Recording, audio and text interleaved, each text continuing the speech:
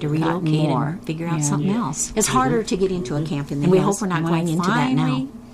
This is not looking good. Was the state when I finally got the what are some of your Camp Bob earliest Marshall, memories? which is 4-H camp that we got it, and I have held it. The fact is, I booked my days as much as 5 years ahead of time to hold them.